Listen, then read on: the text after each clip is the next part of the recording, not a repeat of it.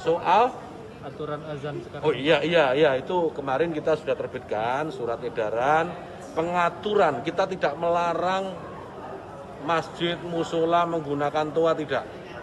Silahkan karena kita tahu itu bagian dari syiar agama Islam ya. Tetapi ini harus diatur tentu saja. Diatur bagaimana volume speakernya gitu. Toanya itu nggak boleh kenceng-kenceng 100 desibel maksimal.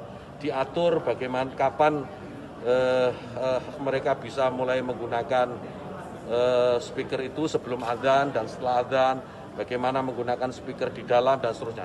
Tidak ada pelarangan. Ini aturan ini dibuat semata-mata hanya untuk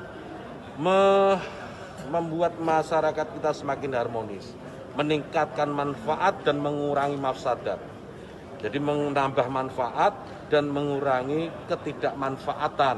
Karena kita tahu, misalnya ya, kita tahu di daerah yang mayoritas muslim, hampir setiap 100 meter, 200 meter itu ada musola masjid. Ya, bayangkan kalau kemudian dalam waktu yang bersamaan mereka semua menyalakan toanya di atas, kayak apa? Itu bukan lagi syiar, tapi menjadi gangguan buat sekitarnya. Kita bayangkan lagi, kita ini muslim, saya ini muslim saya hidup di lingkungan non muslim. Ya. Kemudian rumah ibadah saudara-saudara kita non muslim itu bunyikan toa sehari 5 kali dengan kenceng-kenceng. Rumah ibadah saudara-saudara kita non muslim itu bunyikan toa sehari 5 kali dengan kenceng-kenceng secara bersamaan. Itu rasanya bagaimana? Yang paling sederhana lagi, tetangga kita ini kalau kita hidup dalam satu komplek itu misalnya, kiri kanan depan belakang pelihara anjing semua. Misalnya menggonggong dalam waktu yang bersamaan, kita ini terganggu enggak? Artinya apa? Bahwa suara-suara ini, apapun suara itu ya, ini harus kita atur supaya tidak menjadi gangguan.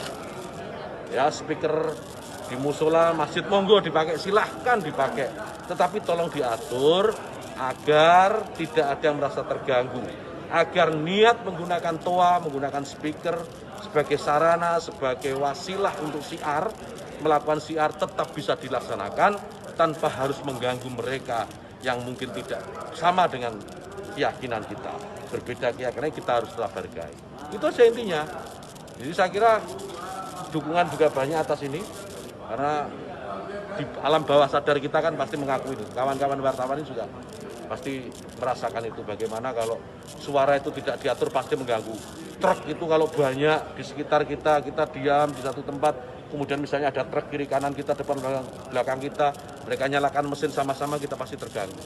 Suara-suara yang tidak diatur itu pasti akan menjadi gangguan. Itu ya.